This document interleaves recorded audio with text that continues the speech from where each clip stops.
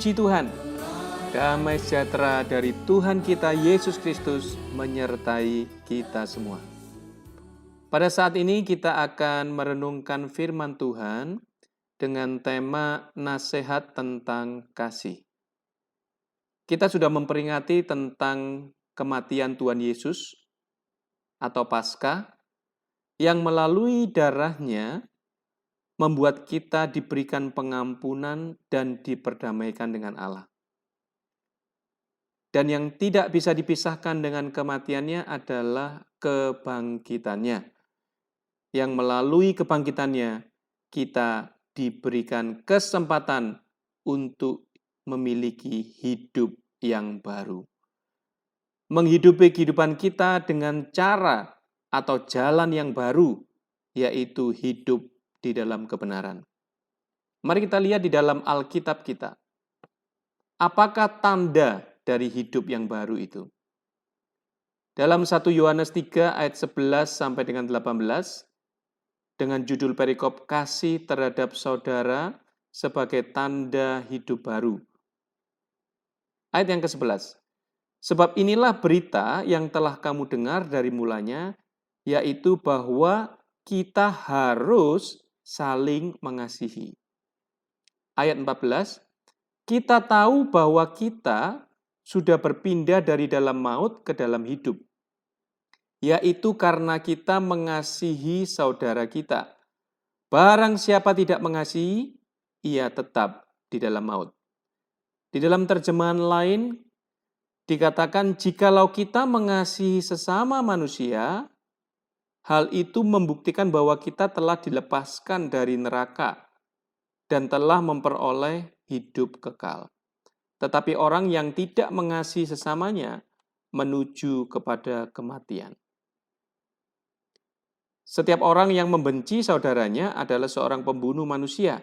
Dan kamu tahu bahwa tidak ada seorang pembunuh yang tetap memiliki hidup yang kekal di dalam dirinya. Demikianlah kita ketahui kasih Kristus, yaitu bahwa ia telah menyerahkan nyawanya untuk kita, jadi kita pun wajib menyerahkan nyawa kita untuk saudara-saudara kita.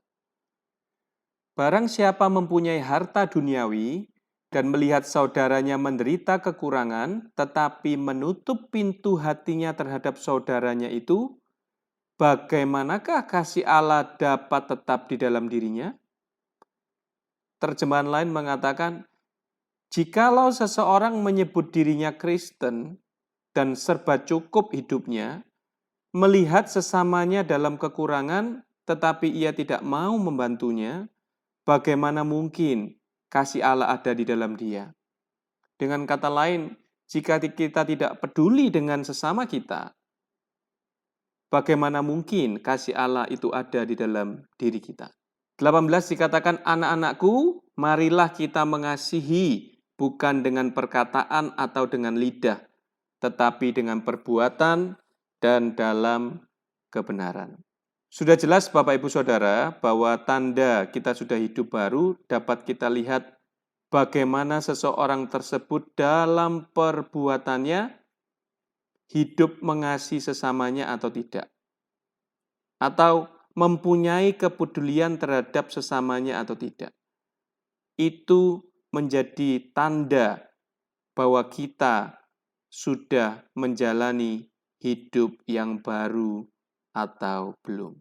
Di dalam 1 Petrus 4 ayat 7 sampai dengan 11, judul perikopnya hidup orang Kristen. Saya akan bacakan di ayat yang ke-8. Tetapi yang terutama, kasihilah sungguh-sungguh seorang akan yang lain. Sebab kasih menutupi banyak sekali dosa. Dalam bahasa Inggris dikatakan, and above all things, atau di atas segala perkara, perkara yang paling penting adalah saling mengasihi. Bahkan di ayat yang ke-8 dikatakan bahwa kasih itu dapat menutupi banyak sekali dosa. Saat kita menunjukkan kasih kita kepada orang lain, itu dapat membuat orang tersebut sadar dan berbalik dari jalan yang salah dan akan menyelamatkan jiwa orang tersebut. Begitu luar biasanya kekuatan kasih itu.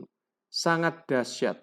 Bapak Ibu Saudara dapat melihat di dalam teladan Tuhan Yesus bagaimana Tuhan Yesus telah menyelamatkan jiwa kita melalui perbuatan kasih-Nya, menyerahkan nyawanya untuk kita, supaya dosa kita ini ditutupi dan kita diselamatkan.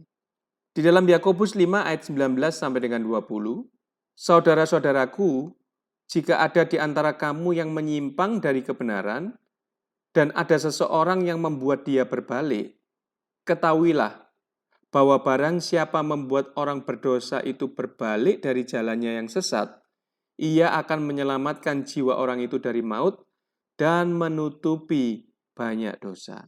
Jadi jelas, kasih itu dapat menutupi banyak dosa, karena kasih yang kita praktekkan kepada sesama kita dapat membawa pertobatan kepada orang tersebut, dan pertobatan itu akan menyelamatkan dan menutupi banyak sekali dosa. Sekarang pertanyaannya adalah bagaimana kita bisa mengasihi sesama kita.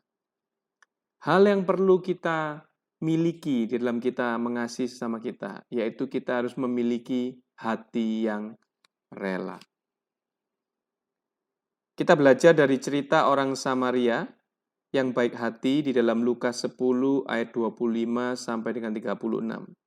Orang Samaria itu mau merelakan waktunya, mau merelakan tenaganya, mau merelakan uangnya, bahkan merelakan hatinya untuk menolong orang Yahudi yang sedang tertimpa masalah. Yang sebenarnya orang Yahudi adalah musuh dari orang Samaria. Di dalam firman Tuhan dikatakan orang Yahudi itu tidak bergaul dengan orang Samaria. Bahkan di dalam Matius, Yesus melarang muridnya masuk kota Samaria. Karena orang Samaria ini adalah orang Yahudi yang sudah tercemar dalam penyembahan berhala. Oleh karena itu orang Yahudi tidak mau bergaul dengan orang Samaria. Tapi kita melihat orang Samaria yang baik hati ini, bagaimana meskipun orang Yahudi itu adalah musuhnya, tetapi orang Samaria ini tetap mau menolongnya dengan merelakan waktu, tenaga, uang, bahkan hatinya.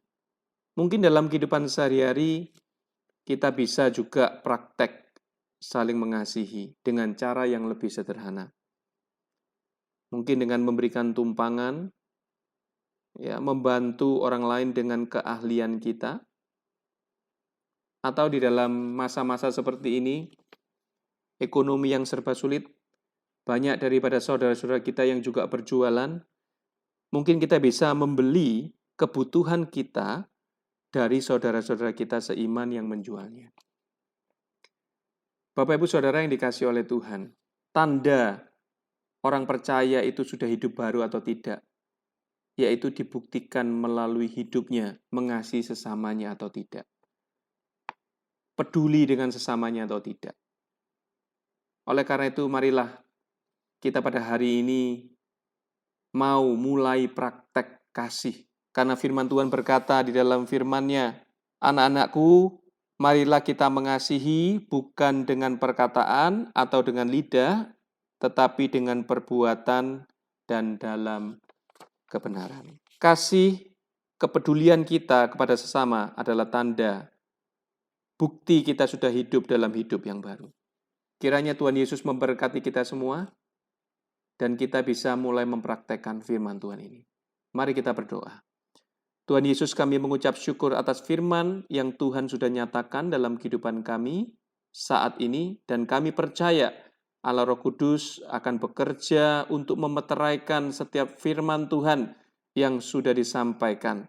Bahkan lebih daripada itu, Allah Roh Kudus membuat kami mampu untuk melakukan firman ini, untuk belajar lebih lagi mengasihi sesama kami, peduli kepada sesama kami, bukan dengan perkataan atau lidah, tetapi dengan perbuatan yang nyata. Kiranya Tuhan Yesus memberkati seluruh sidang jemaat-Mu. Di dalam masa-masa sekarang ini, usaha pekerjaan ekonomi, Tuhan yang membuka pintu, membuka jalan, membuka berkat-berkat-Nya, untuk dicurahkan pada sidang jemaat-Mu.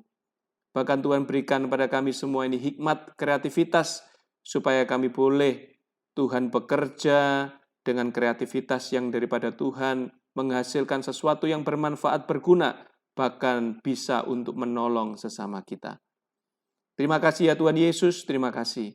Bagi sidang jemaat-Mu yang sedang mengalami sakit penyakit, kami berdoa Tuhan, pada saat ini oleh bilur-bilur Yesus, Tuhan jamah dan sembuhkan.